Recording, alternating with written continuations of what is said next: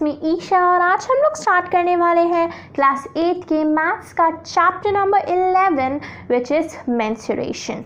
तो आज हम लोग मेंस्ट्रुएशन का पार्ट 1 स्टार्ट करने वाले हैं ऑफ इंट्रोडक्शन।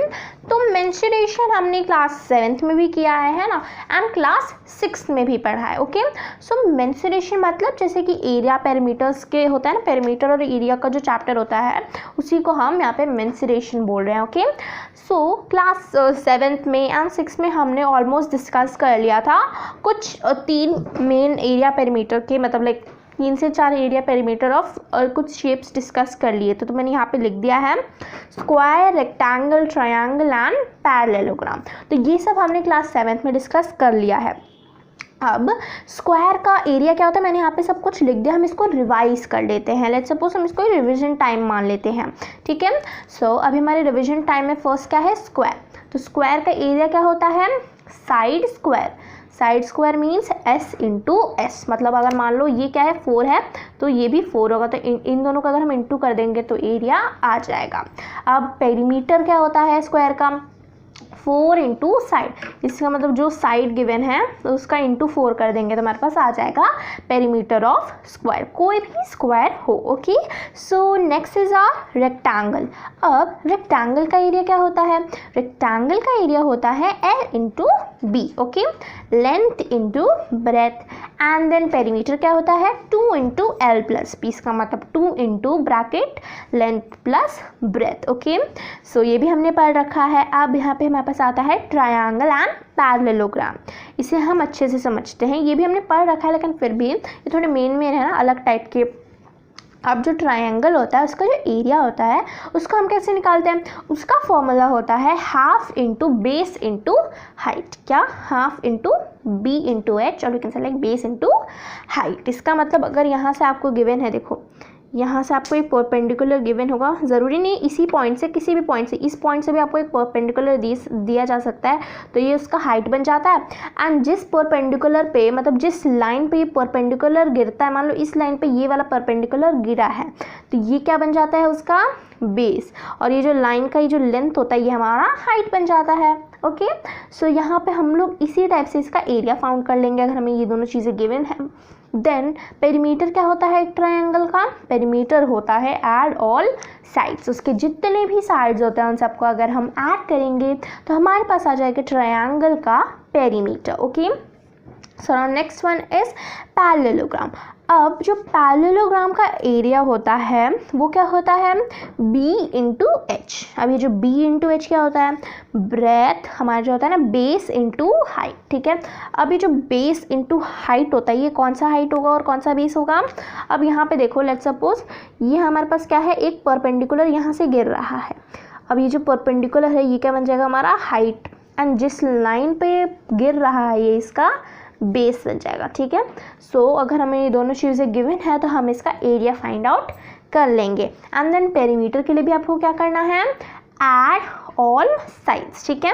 ट्रायंगल एंड हमारे पैरेललोग्राम में सेम टू सेम है कॉन्सेप्ट, पेरीमीटर का ऐड ऑल साइड, उसकी सारी साइड्स को अगर आप ऐड कर दोगे तो आपके पास आ जाएगा perimeter of triangle and parallelograms. तो ये हमने एक ऑलमोस्ट रिवीजन टाइम किया, इसके आगे भी हम लोग और 2-3 जो कॉन्सेप्ट्स होंगे उन सबको रिवीजन टाइम में ही करेंगे जो आपने क्लास 6th एंड 7th में पढ़ा है। So now let's move to our next concept.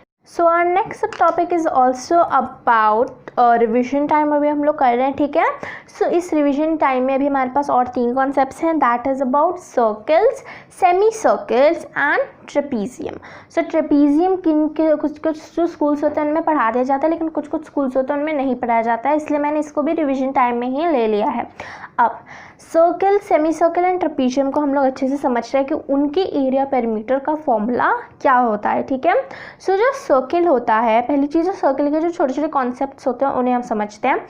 Circle का जो हमारा मान लो ये सेंटर पॉइंट है, सेंटर पॉइंट से हमारे जो हमारे इसको क्या बोलते हैं, जो हमारा बाउंड्री होता है सर्कल का उसको हम सर्कमफेरेंस बोलते हैं। ये भी हमने क्लास 6 और 7 में पढ़ लिया है।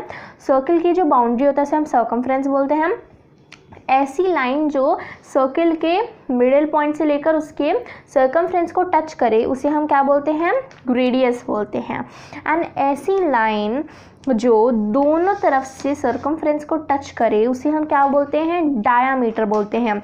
और we can say like double of radius, radius का 2 गुना, क्योंकि देखो ये वाली लाइन हमारी क्या है, यहाँ से लेकर यहाँ तक, यहाँ से लेकर यहाँ तक एक रेडियस, यहाँ से लेकर यहाँ तक दूसरा रेडियस, तो जब इन दोनों को जोड़ देंगे तो ये क्या बन जाएगा, एक डायामीटर। ठीक है, सो ये एक डायमीटर बन जाएगा। और ये जो डायमीटर होता है ना, ये पॉइंट को टच करके होना चाहिए। ठीक है, मतलब ये जो डायमीटर है ये एकदम पॉइंट को टच करके ही बनना चाहिए। जैसे कि मान लो यहाँ पे मैं एक सर्कल बना रही हूँ, तो ये जो मेरा सर्कल है इसमें हमारा जो डायमीटर होगा वो कौन सा होगा, ऐसे भी हम ले सकते क्योंकि ये मिडिल पॉइंट को टच कर रहा है, लेकिन हम ऐसे डायमीटर नहीं ले सकते, ये कोई डायमीटर नहीं है क्योंकि ये हमारे रेडियस को, मतलब जो हमारा मिडिल पॉइंट है उसको टच नहीं कर रहा है। तो जो डायमीटर वही होगा जो हमारे मिडिल पॉइंट को टच करेगा।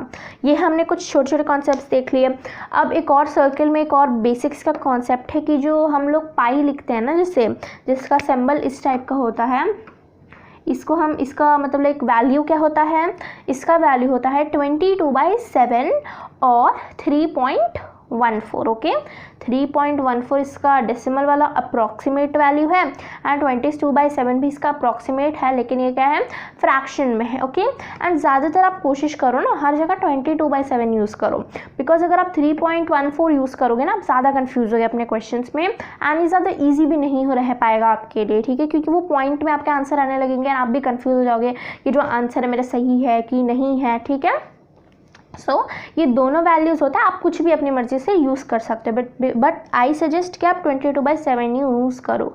आप एग्जाम में कुछ भी यूज़ कर सकते हो क्वेश्चन के हिसाब से। ठीक है, अब यहाँ पे क्या है, सर्कल्स और सेमी सर्कल का। अब हम लोग एरिया पेरीमीटर पे आते हैं। छोटे छोटे कॉन्सेप्ट्स, बेसिक कॉन्सेप्ट्स हमने डिस्कस कर लिया। Now let's see area and perimeter. अब ये जो सर्कल का एरिया होता है उसका फॉर्मूला क्या होता है, 2πr। क्या, 2πr, 2 × पाई × r। इसका मतलब इसे हम कैसे लिख सकते हैं, इसे हम लिख सकते हैं, देखो यहाँ पे मैं यहाँ पे लिखती हूँ, इसे हम लिख सकते हैं 2 × 22/7 × रेडियस जो हमें गिवन होगा। यहाँ पे 22/7 क्यों लिखा है, क्योंकि यहाँ पे पाई है, पाई की जगह आप कुछ भी लिख सकते हो। ओके, सो यहाँ पे ऐसे इस टाइप से आपका जो इक्वेशन बन जाएगा, आपको इसको सॉल्व करना पड़ेगा एरिया को फाइंड करने के लिए। ठीक है, अब ये हमने क्लास 7th और 6th, मतलब क्लास 7th में देखा था हमने। ठीक है, तो क्लास 7th में हमने ये सारे फार्मूलाज देख लिए हैं। तो अब इसके पेरीमीटर पे आते हैं, सर्कल के पेरीमीटर पे। तो जो सर्कल का पेरीमीटर का फॉर्मूला होता है वो क्या होता है, दैट इज पाई × r²। क्या, पाई × r²। इसका मतलब क्या होगा, इसका मतलब यहाँ पे मैं पेरीमीटर का फॉर्मूला लिख देती हूँ, 22/7 × r²। r का स्क्वायर मतलब r × r, इसका मतलब जो आपके पास रेडियस गिवन होगा उसका डबल। तो इसको जब आप सॉल्व करोगे, आपके पास जो रेडियस होगा उसको यहाँ पे पुट ऑन करोगे दोनों जगह, तो इसको जब आप सॉल्व करोगे तो आपको पेरीमीटर मिल जाएगा किसी भी सर्कल का। उसके हिसाब से आपको इन्फॉर्मेशन यहाँ पे पुट करनी रहेगी। ठीक है, सो ये हमने क्या देखा, सर्कल का जो एरिया एंड जो पेरीमीटर का फॉर्मूला होता है वो हमने यहाँ पे देखा है। एंड मैं सिर्फ अभी आपको सिर्फ यहाँ पे फॉर्मूला पढ़ा रही हूँ। ठीक है, क्योंकि फॉर्मूला और उसके जो फॉर्मूला का मतलब है वो आपको यहाँ पे समझा देती हूँ, क्योंकि जो एक्सरसाइजेस का क्वेश्चन में है और एक्सरसाइजेस के जितने भी क्वेश्चन हैं वो तो हम आगे सॉल्व करेंगे ही सोल्यूशन में, तो वहाँ पे हम लोग फॉर्मूला का जो यूजेस है वो भी देख लेंगे। अभी यहाँ पे मैं सिर्फ आपको आउटलुक दे रही हूँ कि ऐसे आप फॉर्मूला को यूज़ करोगे। ओके, सो यहाँ पे अब हमारे पास नेक्स्ट क्वेश्चन क्या आता है, सर्कल्स हमने क्लियर कर लिया है। ठीक है, अब नेक्स्ट यहाँ पे हमारे पास क्वेश्चन क्या आएगा, नेक्स्ट हमारे पास यहाँ पे क्वेश्चन आएगा अबाउट सेमी सर्कल्स। ठीक है, तो सर्कल का जो हाफ होता है उसे हम क्या बोलते हैं, सेमी सर्कल्स बोलते हैं। तो अब यहाँ पे आप एक चीज़ नोटिस करो, दिस इज़ अ सर्कल। अब इस सर्कल का जो हाफ है ये मैंने यहाँ पे लिखा है। ठीक है, तो ये जो पॉइंट होगा ये क्या होगा, सर्कल का मतलब जो पूरा सर्कल है, मान लो इसके नीचे क्या है, एक पूरा सर्कल है। ओके, तो ये जो पूरा सर्कल है इसका ये क्या बन गया, एक सेंटर बन गया है ना। एंड जो ये वाली दोनों लाइन है ये क्या है, इनकी रेडियस है, और कुल मिला के हम इसे बोल सकते हैं क्या, डायामीटर, है ना। तो ये हमने क्या दे दिया, एक आउटलुक देख लिया। आप इमेजिन करो ये सारी चीज़ें। ठीक है, अब आपको क्या करना है, जब आपने ये सारी चीज़ें समझ ली कि सेमी सर्कल में कुछ नहीं होता, एक सर्कल का ही हाफ होता है, इसका मतलब जो उसकी चीज़ें भी होंगी वो सर्कल से ही मिलती जुलती होंगी। जैसे कि यहाँ पे देखो ये आर है, ये भी आर ही होगा, जैसे कि यहाँ पे आर है दोनों, तो कुल मिलाकर हम इसे बोल सकते हैं डी, डायामीटर। ओके, अब हम लोग सेमी सर्कल के एरिया एंड पेरीमीटर के ऊपर बात करते हैं। अब यहाँ पे एक चीज़ देखो कि सर्कल होता है उसका हाफ होता है सेमी सर्कल, तो इसके जो फॉर्मूलाज भी होंगे वो क्या होंगे, हमारा जो सेमी मतलब जो सर्कल होता है उसी का हाफ होंगे, है ना। क्या बोला मैंने कि एक सर्कल होता है उसका हाफ होता है सेमी सर्कल, तो उसके जो फॉर्मूलाज भी होंगे वो भी क्या होंगे, उसके हाफ होंगे। ओके, सो यहाँ पे सेम टू सेम वही चीज़ हो रही है। जो हमारे सेमी सर्कल होता है उसका जो एरिया का फॉर्मूला होता है वो क्या होता है, पाई आर डिवाइडेड बाय 2। ठीक है, यहाँ पे क्या है, पाई है, यहाँ पे क्या है, आर है, आर मतलब रेडियस, एंड डिवाइडेड बाय 2। जैसे हम लिखते हैं ना कि हम लोग इसको ऐसे भी लिख सकते हैं 1 और हम ऐसे लिख सकते हैं 1/2 इंटू पाई इंटू आर। इसका मतलब यहाँ पे क्या है, हाफ है, 1/2 हाफ को रिप्रेजेंट करता है ना। तो अगर हम 1 किसी भी नंबर में मल्टीप्लाई करेंगे तो 1 ही रहेगा ना, मतलब जो नंबर है इट सेल्फ ही रहेगा। मान लो अगर आप पाई में जो आपका पाई होता है उसमें इंटू 1 करोगे तो क्या आएगा, आंसर पाई ही आएगा ना। फिर 22/7 इंटू 1 करोगे तो 22/7 ही आएगा। तो 1 हम लोग यहाँ पे लिखते नहीं हैं, इसीलिए बस हम लोग डायरेक्ट नीचे क्या लिख देते हैं, 2 लिख देते हैं। तो ऐसे हमारा जो फॉर्मूला है वो थोड़ा और सिंपल फॉर्म में हो जाता है एंड ईजी हो जाता है करने के लिए। तो this is our formula of semi circle. अब यहाँ पे आप नोटिस करो जो पाई आर है वो पाई आर ही है, और ये जो 2 है वो यहाँ से हट गया और जो 2 है वो नीचे आ गया है ना। यहाँ पे क्या हो रहा है, इसी फॉर्मूला का हाफ, इसी फॉर्मूला का यहाँ पे क्या हो रहा है, हाफ हो रहा है। ये मैंने इसी फॉर्मूला का हाफ लिख दिया है। ओके, सो अब यहाँ पे एक और चीज़, अब यहाँ पे हम लोग देखेंगे सेमी सर्कल का पेरीमीटर। तो जो सेमी सर्कल का पेरीमीटर होता है वो यहाँ पे क्या है, पाई आर स्क्वायर, और नीचे क्या है, मैंने 2 लिखा है। हम इसको ऐसे भी लिख सकते थे, हम इसको जैसे मैंने अभी यहाँ पे बताया, हम इसको लिख सकते थे 1/2 इंटू पाई आर स्क्वायर। लेकिन यहाँ पे हमने 1 को इसलिए नहीं लिखा क्योंकि आप 1 को अगर किसी भी नंबर में मल्टीप्लाई करोगे तो आपका वो जो नंबर है वही आएगा। ठीक है, तो आपको वो लिखने की यहाँ पे ज़रूरत नहीं है। ओके, अब यहाँ पे मैंने सिर्फ इसको हम लोग सिंपल फॉर्म में भी लिख सकते हैं, जैसे कि पाई आर स्क्वायर डिवाइडेड बाय 2। ठीक है, ऐसे भी हम इसे लिख सकते हैं। ओके, अब हमारे पास एक और कॉन्सेप्ट आता है। ये हमने क्या देख लिया, यहाँ तक हमने पूरा क्लियर कर लिया concepts about circles and semi circle का जो एरिया पेरीमीटर होता है वो हमने पूरा क्लियर कर लिया है। अब एक नए टाइप का शेप हमारे पास आता है, that is known as trapezium. Okay, तो ये जो ट्रेपीजियम होता है ये कौन से टाइप का शेप होता है, ये मतलब बहुत सारे बच्चों को पता रहता है, क्लास 6 और 7 में किसी स्कूल में करवा दिया जाता है, लेकिन किसी स्कूल में नहीं करवाया जाता है। तो जो ट्रेपीजियम होता है वो कैसा शेप होता है, वो कुछ इस टाइप का शेप होता है। ठीक है, कि ऐसा शेप होता है ना, इसका मतलब मान लो हम क्या कह सकते हैं, इसका जो एक मतलब प्रॉपर्टी होता है, मेन प्रॉपर्टी, वो क्या होता है, इसका जो parallel, one opposite parallel side क्या होते हैं, मतलब जो अपोजिट साइड होते हैं, एक अपोजिट साइड वो क्या होते हैं, पैरेलल होते हैं। जैसे कि आप यहाँ पे देख सकते हो जो हमारी 10 सेंटीमीटर वाला लाइन और जो यहाँ पे 15 सेंटीमीटर वाला लाइन है वो एक दूसरे से पैरेलल है। पैरेलल मतलब जैसे कि हमारे रेल की जो पटरी होती है ना वो एकदम सीधे जाते हैं और कभी मिलती नहीं है ना। लेकिन अगर इसी लाइन में से कोई कुछ मतलब एक सीधा है और एक थोड़ा सा टेढ़ा है तो ये एंड में जाके कहीं ना कहीं तो मिलेंगे ही ना, यहाँ पे तो मिल रहे हैं ना वो लोग। तो ऐसी लाइन जो कभी भी मीट नहीं होती हैं, ठीक है, ऐसी लाइन जो कभी भी मीट नहीं होती हैं उन्हें हम क्या बोलते हैं, उन्हें हम बोलते हैं ट्रेपीजियम। ठीक है, वो ऐसी लाइन होती है जो कभी भी एक दूसरे से मीट नहीं होती है। ठीक है, सो ट्रेपीजियम की एक बहुत ही इंपॉर्टेंट प्रॉपर्टी है। अगर आपको बहुत से शेप्स दिए हैं आपको उसमें से समझना है कि विच इज़ अ ट्रेपीजियम, तो उसका ये एक प्रॉपर्टी है कि क्या होगा, उसका प्रॉपर्टी है कि उसकी जो एक अपोजिट साइड होगी वो क्या होगी, पैरेलल होगी।